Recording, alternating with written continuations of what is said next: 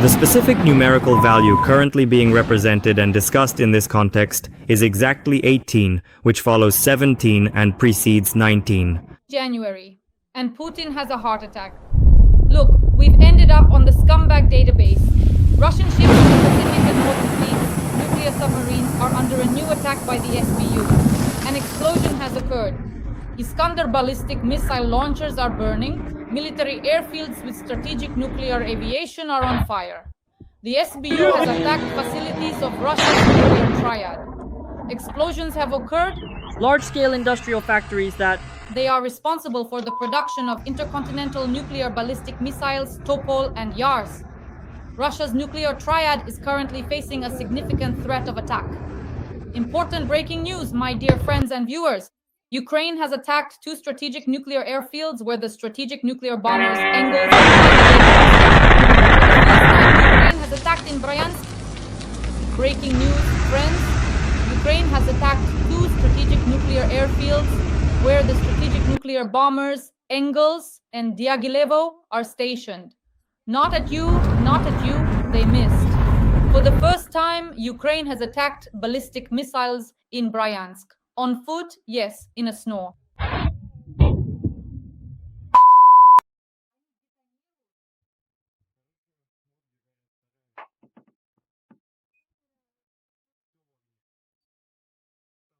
Are they detonating? Anyway, that's where the sheds are burning. Everything is on fire. Clearly, a lot is going to burn there. Cars. There doesn't seem to be any fire service yet. It would be good if they arrived. This was a powerful special operation by the SBU and other Ukrainian special services. These were the command posts of Iskander ballistic missiles in the Bryansk region.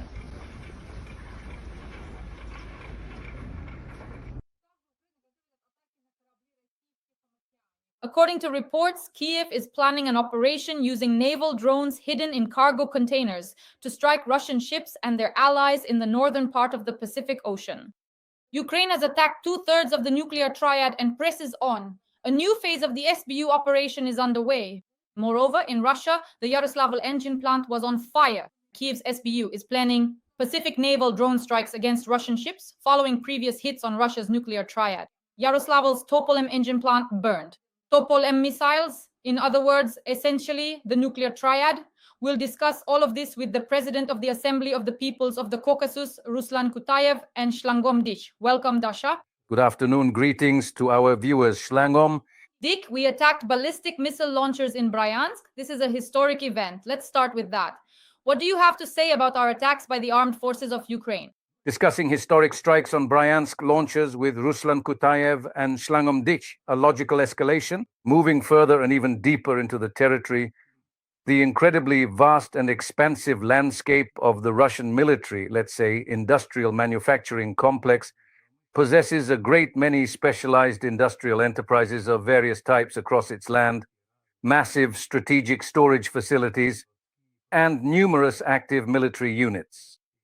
And as we can see, Ukraine, the Ukrainians, we must continue to push ourselves even further than before, venturing much deeper into the unknown territories that lie ahead of us right now.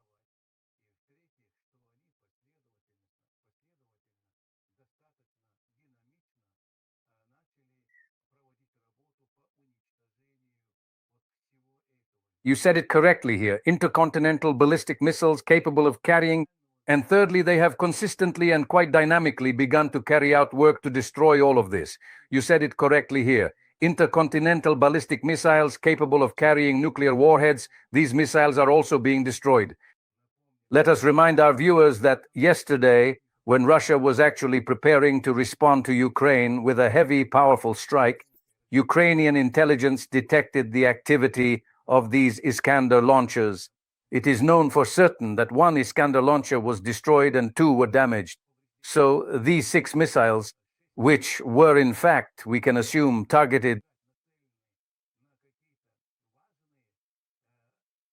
at several of the most critically important administrative government buildings located in Kiev, the threats were successfully neutralized and completely destroyed. And what was essentially the very beginning of Putin's treacherous plan was decisively thwarted and brought to a standstill. And of course, immediately after that, they lost the vital momentum that could have inspired the Russian orcs and encouraged their advance, leading to a significant shift in the conflict's trajectory. So look, what's really interesting here is that hour by hour, the Ukrainians are behaving more and more actively. This comprehensive process significantly raises their overall level of professional expertise, allowing them to acquire advanced skills and deep knowledge that empower them to excel in their careers and consistently deliver exceptional results in their specialized fields. And the behavior of the Ukrainian Special Services, military command, and of course those operators, drone pilots and missile crews, all of them are acting very successfully and skillfully, destroying Russia, Russian installations, and the Russian military-industrial complex throughout the entire territory of Russia. Operation Web continues. The SBU attacked two airfields, Engels and Diaghilevo. That is to say, SBU strikes hit Engels and Diaghilevo airfields. And the oil depot that supplies fuel to Russia's strategic nuclear aviation. At least 3 storage tanks are currently burning at the Kombinat Kristal and Rosreserve oil product storage facilities.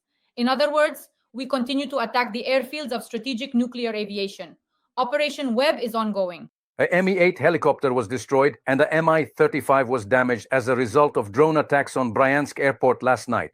Shlang Kamgich, over to you. These are the state reserves. Fuel reserves, aviation fuel reserves. Yes, 3 tanks were hit, but according to the latest information, 3 more tanks have now caught fire and are leaking, and this is still ongoing. And it is possible that 3 aviation fuel tanks were hit and 3 more are now leaking and burning. The fire continues to spread. As seen in similar oil depot incidents, firefighters often cannot contain such blazes, which typically jump from tank to tank, from one tank to another, engulfing even industrial facilities such as oil processing plants. And all of this, let's say, falls prey to the fire. I think the situation there is still unresolved. The fire is still burning, and it's not yet clear how much more will be destroyed. From one tank to another, engulfing even industrial facilities such as oil processing plants, and all of this, let's say, falls prey to the fire. I think the situation there is still unresolved. The fire is still burning, and it's still unknown how much will be destroyed as a result of this operation and the actions of the Ukrainian side. The fact that Ukraine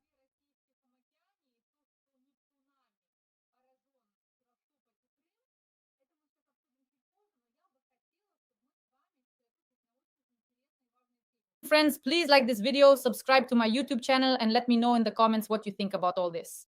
This is about something like a hazel tree exploding in the sky over Kazakhstan, scattering into pieces. And the first to report this were Russian military correspondents, also known as Russian war corporations, Russian ships hit, and Kazakhstan missile explosion. Kapustin Yar is close to the border, about the failed launch of the Oreshnik. Kapustin Yar is close to the border with Kazakhstan. That night, Putin decided to attack Ukraine. He did attack it, and he surely wanted to use the Oreshnik, an intercontinental missile. The question is, does this Oreshnik actually exist? Did it explode? And why did it explode? Shlang Kamgich, let's discuss this together. with you. First of all, I served in Kopiar. I served at that base, at the testing ground we're talking about now, in the automotive troops missile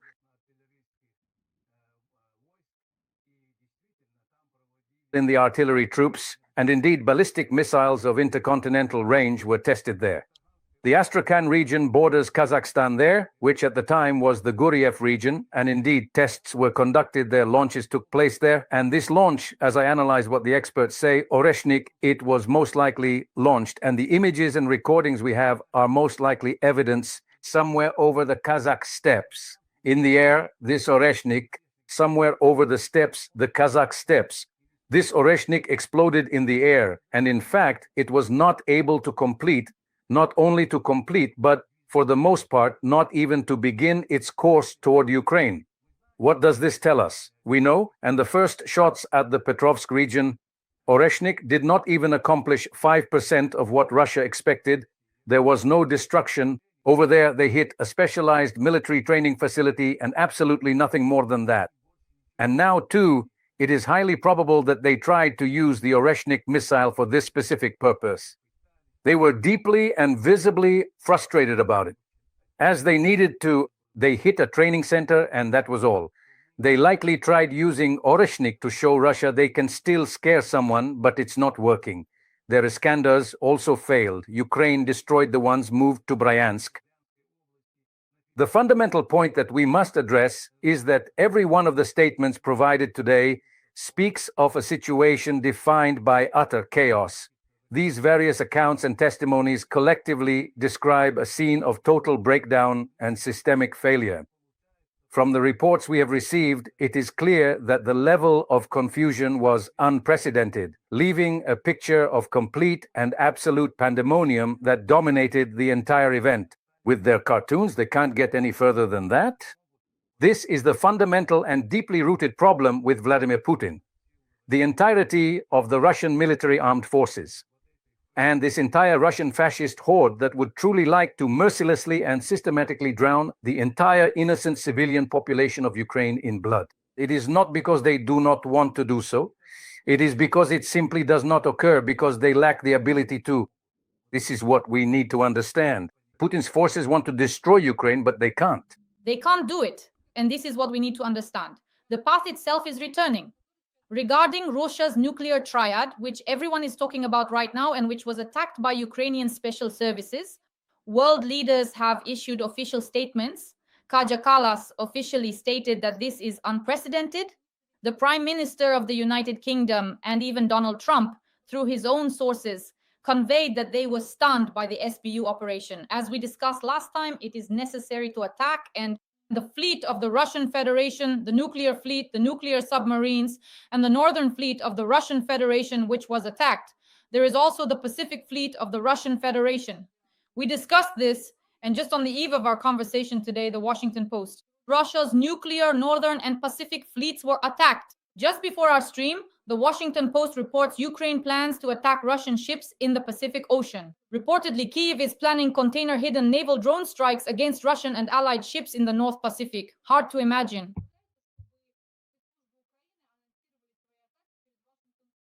Why was this done?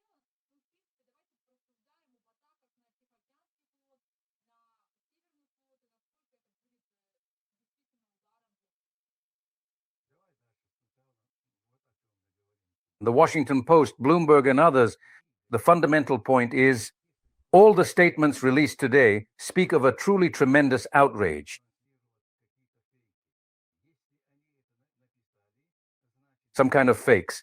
If they wrote this, then without a doubt they have grounds to talk about it. That's the first point. Second, if the Ukrainian special services, armed forces, and political leadership did not prohibit this from being published, it means they have sufficient reason to believe that this operation is under the strictest cover, and that they are confident that regardless of the fact that it was made public, they will be able to carry this operation through to the end. Third, and this is very important, the Pacific Fleet, as we understand, but regardless of the fact that it was made public, they will be able to carry this operation through to the end. Third, and this is very important, the Pacific Fleet, as we understand, North Korea right now, again, Shoigu is in North Korea, Russia needs soldiers, North Korea is supplying ammunition, weapons, providing people, and right now it is very important if Ukraine really does this, and I am convinced that they will be able to do it, and they reach Vladivostok, Khabarovsk, the Far East, and if they are able to hit at least some ships, some movements, I don't know, tankers, cargo shipments, in that case, Russia does this, and I am convinced that they will be able to do it, and they reach Vladivostok, Khabarovsk, the Far East, and if they are able to hit at least some ships, some movements, I don't know, tankers, cargo shipments, in that case, Russia will not just be put in an uncomfortable position, Russia will be in a state of crisis, because this is the area where, in fact, all these ports are exposed, even all the military bases, everything that was there in terms of air defense and missile defense has been moved here, closer to the front, to Moscow and away from there. If now such a threat appears, if suddenly drones start flying, and they will, then in that case they will have to pull something away from the front, from here, from the center, and send it there. Transferring them to the Far East is bad news for Russia. How will they compensate for this? It's impossible to predict, because China cannot openly provide them with their air defense systems, and North Korea simply doesn't have the means to defend against such weapons. Russia itself either doesn't produce them at all or only manufactures 1 or 2 units per year.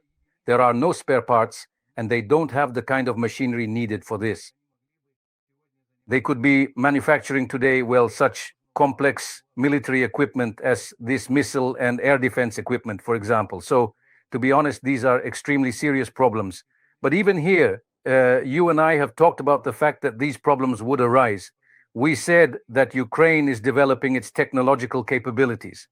Germany, Metes, stated that joint Ukrainian-German production facilities in the near future, that joint Ukrainian-German production facilities will already be deployed to the front lines in the coming weeks to use Ukrainian missiles produced jointly by Germany and Ukraine. These are the first results, not just of supplying weapons and ammunition, but of the work of joint ventures in Ukraine's military-industrial complex with Europeans from Britain. And these are the results. That's why they can reach Irkutsk. That's why there are real reasons to believe they will reach Vladivostok as well, and everywhere else, even Murmansk. So our expectations are not just wishful thinking, our expectations are genuinely high. And all of this together is destroying Russia's logistics. Allied support enables deep strikes, crippling Russian logistics and arms.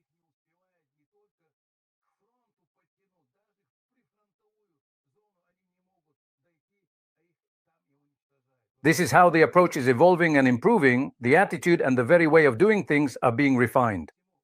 Russian troops are being destroyed before even reaching the front. This process refines the very approach to the conflict. Russian war correspondents are sounding the alarm over developments like Madyar's appointment as Ukraine's drone commander, a move causing a stir given he was recently just a district official.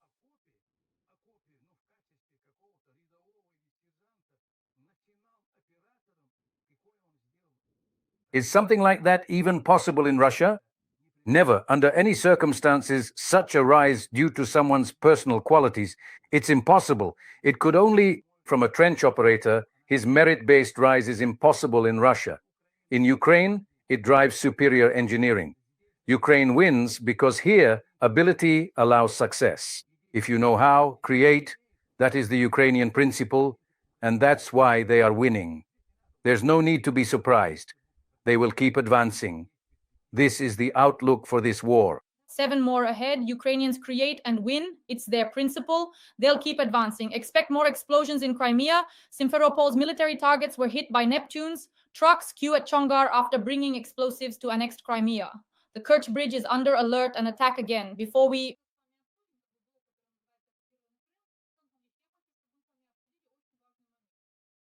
The West, Europe, and America did not provide us with all the weapons because they were afraid of nuclear escalation. They were afraid of that nuclear triad. The West didn't provide all weapons because they feared nuclear escalation and that triad. They worried that if Ukraine had the weapons to win, Russia would start World War III. And now Ukraine is demonstrating that it cannot be outside of evil. It cannot be outside of evil.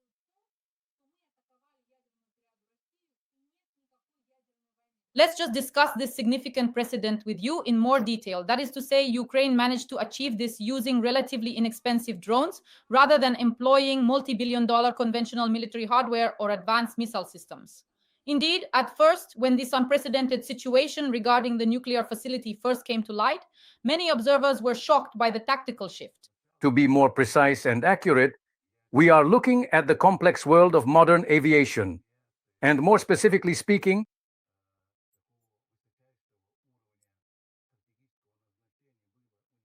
such a high-level strategic asset was destroyed. After all, it was assumed that after this, if they ever intended to use nuclear weapons, by the way, they were shouting about this too. There in Russia, in Moscow, the military correspondents, they were encouraging the political and military leadership to use them if they ever decided to do so. We knew that. Why won't they do it? Because they are hostages of the situation they themselves have created, that they will never do it. Why won't they do it? Because they are hostages of the situation they created. Their families, their money, their status, all of it depends on the West. They study there, they live there, they keep their money there in the West. They didn't start this war to die or for some ideals. They started it because of the whim of a madman who somehow deep inside he was personally offended by himself. And the fact that the current president is young, progressive, the president of Ukraine, and all of this deeply offended Vladimir Putin, who somewhere deep inside was offended, and that the president is young, progressive, the president of Ukraine, and all of this offended Putin. Here is youth, intelligence, and insight in him. And he decided, as he said, to teach this jester, this clown, a lesson. But in the end, it turned out that Putin himself was the jester, he was the clown, and he was the coward.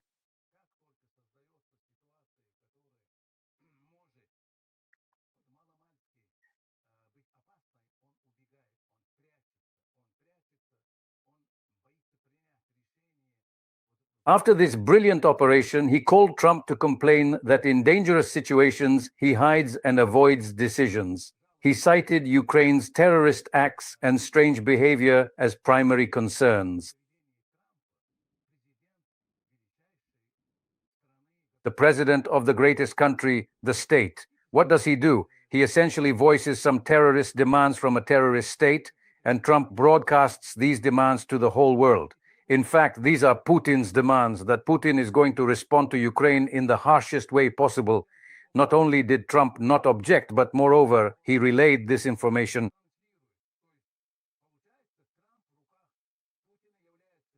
So it turns out that Trump, in Putin's hands, is the tool used by terrorists. And here, the behavior that America was fundamentally obligated to demonstrate simply wasn't there. But within America itself, this was given a very serious assessment. They pulled Trump back.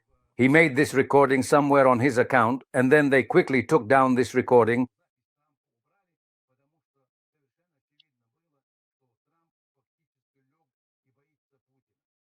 In America, they understand that Putin is using Trump as a tool. Putin did everything so that Trump would be removed, because it was absolutely obvious that Trump basically gave in and is afraid of Putin. In America, they understand that Putin is using Trump as a tool. Putin did everything to put pressure on Ukraine. Putin did everything to use Trump. He really is taking advantage of him. And all of this, I repeat, taken together from different perspectives, from different viewpoints, from different platforms, no matter who tries to spin it or twist it, it doesn't change the situation. From different viewpoints, from different platforms, no matter who tries to spin it or twist it, in any case, Ukraine has not only not retreated, not only has it not stopped. And as we discussed a bit earlier, Ukraine has continued its operations. Ukraine is not looking back at anyone. Ukraine now understands that it will only have what it achieves on its own. This is not about European weapons.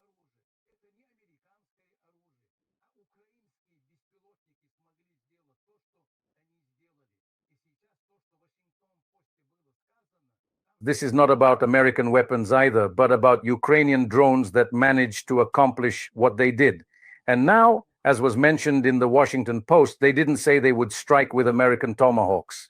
No, they said Ukrainian drones would reach Vladivostok and attack the Pacific Fleet. This is the true character of Ukraine, the character of the Ukrainian military and the Ukrainian president.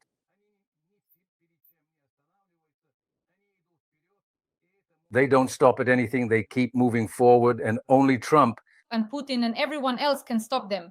Shlam Kamdevich, Russian public pages and media have written that Putin had a heart attack, and that's why he hasn't appeared in public for a long time. I would like for you to comment on this. Well, I wouldn't rule it out. If he ever does have a heart attack, it's bound to happen eventually, because it's one thing after another. He's literally being followed by trouble after trouble. One blow after another is coming at him. Look, for example, at the meeting between Scholz, the Chancellor of Germany, and the President of the United States. He arranged his meeting in a very skillful, elegant, and diplomatic way, and the German leader demonstrated a principled stance. He did not refuse to support Ukraine on any issue. He was very clear about dictation.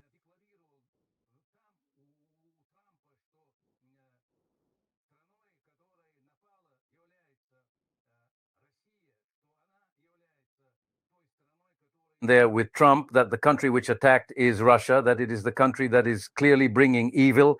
And so when Ukraine is supported from all sides, when Ukraine is advancing on the fronts, when Ukrainians are getting stronger, just look at how much power and how much money has been invested in Ukraine.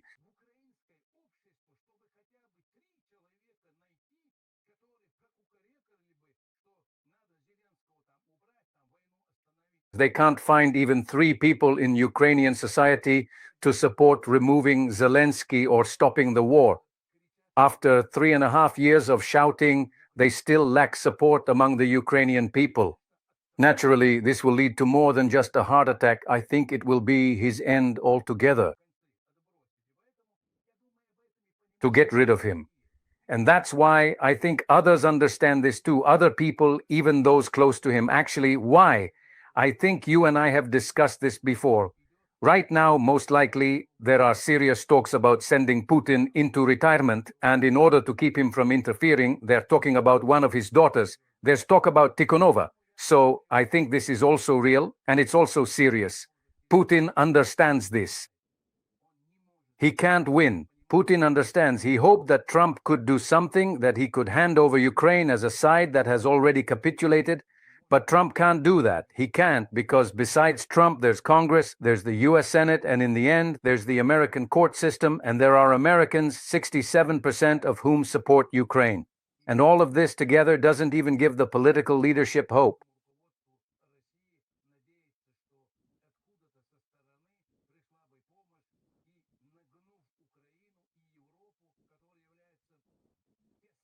Russia is hoping that help will come from somewhere, that by forcing Ukraine and Europe, which is a close ally of Ukraine, to bend, it would grant Russia victory. Russia cannot win. Russia needs someone to hand it victory. But there is no such player today who can do that. And that's why we can confidently say Ukraine is moving toward its own victory. Ukraine is doing everything it can.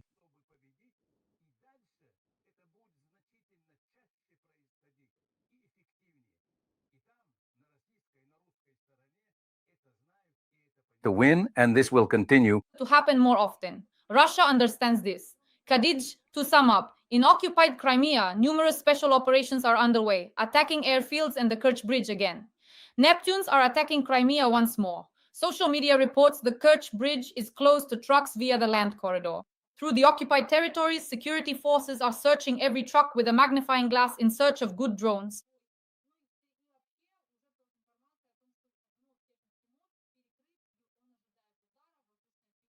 What do you think? Following the Ukrainian Germans, security forces are searching trucks for drones as the Kerch Bridge closes under air raid alerts.